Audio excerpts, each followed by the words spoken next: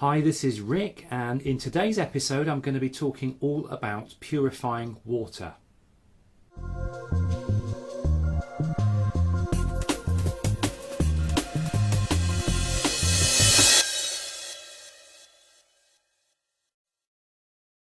Now, for the sake of this video, I'm going to assume that you've managed to get hold of some water from a fairly clean source, perhaps a fast-flowing river or a fairly clean lake, or rainwater, which is what I'd be using personally.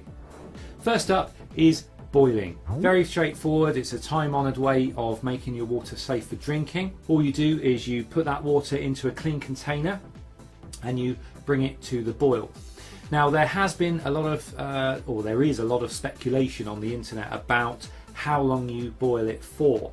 My most recent research has suggested that the moment it starts to boil, that's all you need to do.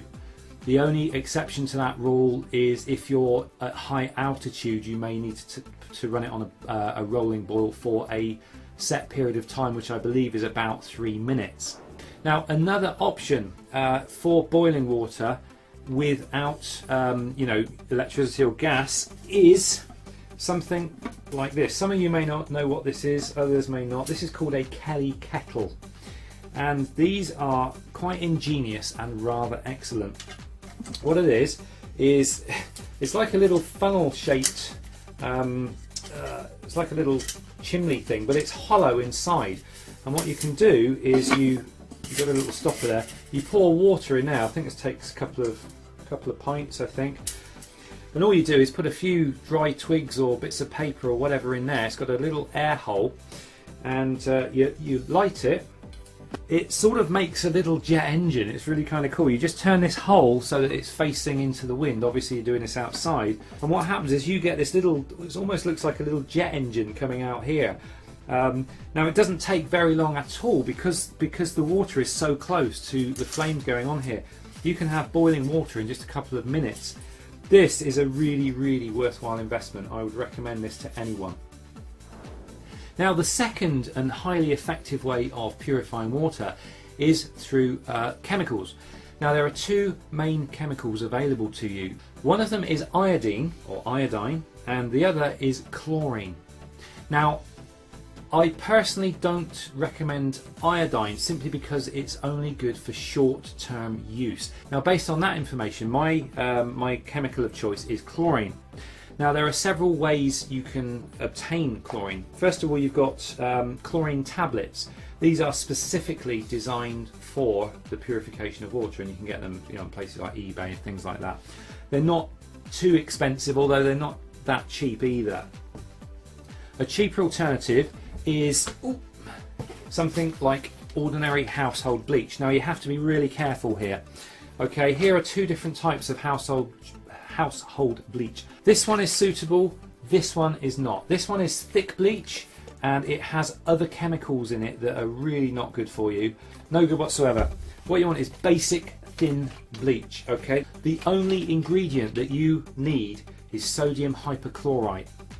Now, I'm not a huge fan of these sort of Tesco's, Asda's own type bleaches because they're not that specific on their ingredients. All it says is chlorine based bleaching agent and disinfectant. So it's not telling me what I want to know. But quite recently I did discover baby's sterilising fluid for baby's bottles and everyday use. Okay, the one listed ingredient on this is 5% sodium hypochlorite. And that is exactly the ingredient you need to sterilise your water. So in order to sterilise a water, let's just say I've got this out of the water butt. This is rainwater. This is about half a gallon. So what I would need to do is take about, well, for half a gallon I need between 4 and 8 drops, depending on how contaminated I believe that water is.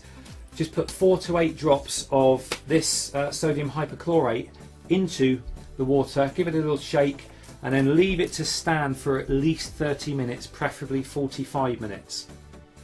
Now, the important test here, after 45 minutes, you should be able to take the lid off, and yeah, if you smell If you smell faint chlorine, the water is safe to drink. If you can't smell anything, or it doesn't smell quite right, then you do it again. You add the same amount, put it in, leave it for 30 to 45 minutes. Obviously give it a shake first, let it stand, and then again take the lid off, and it's only when you can smell faint chlorine is it safe to drink.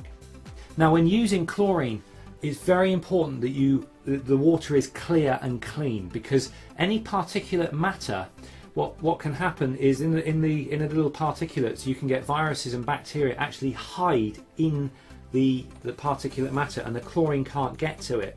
So you still end up with contaminated water even though you've added the chlorine. So it's very, very important to make sure the water that you use with chlorine is clean. Now if your water source is potentially contaminated, you need to go a step further and you need to filter that water. Now for filtered water, obviously you're going to need some sort of a filter. There are several on the market, well there are lots on the market. I've got 2 here to work with, and a third option I'll show you in a minute. First option is, this is something called a Hydropal, and it's obviously like a sports water bottle. And the cool thing about this is if you take the lid off, it has its own built-in filter. Now I believe this is a charcoal based filter. You can get the ceramic type filters as well, which are extremely good for filtering out, you know, all your nasty bugs and viruses and things.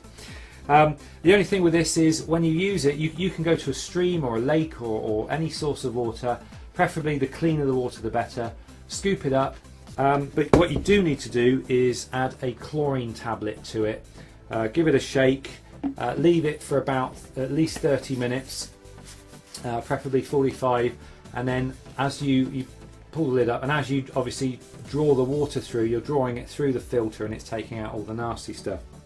So that's one option. Another option is to get a drinking water purifier. Got one here. This essentially is, you can go to virtually any source of water. You plug in, this is your pump, this is your filter. You put your the hose into the the lake or wherever it is you're getting it from. You use the pump to pump the water through. It pumps it through a ceramic filter which takes out virtually everything, including bacteria and viruses, and it literally, what comes out of this hose is pure drinking water. Now these are absolutely excellent, especially the ceramic ones. They are very, very, very good. The only thing is they're quite expensive. Now finally, if you are struggling to get water that is relatively clear, if you don't have a sort of a fast moving stream or a relatively clean lake, or don't have access to rainwater, there is a way of getting around it. I found these on eBay, extremely useful. These are used for biodiesels, and what it is, it's basically an industrial filter, and you can get various grades. This particular one is a 1 micron filter. You can put dirty water in here, but as long as it can have a lot of sort of particulate matter and stuff like that, and what comes out of the bottom should be relatively clean water. What you do is you catch it in preferably a glass jar or something where you can actually see the colour of the water. Catch it in a glass jar, let it sit for probably about an hour, maybe 2. Then hopefully any sediment and things is going to settle out, and hopefully you should end up with some relatively clean water. So that's it for this video. This was just a very, very brief touch on the very, very basics of purifying water. I hope this information was useful to someone. Obviously this is now knowledge that you have. Hopefully you'll never need it. So thanks for watching, and I will see you in the next episode.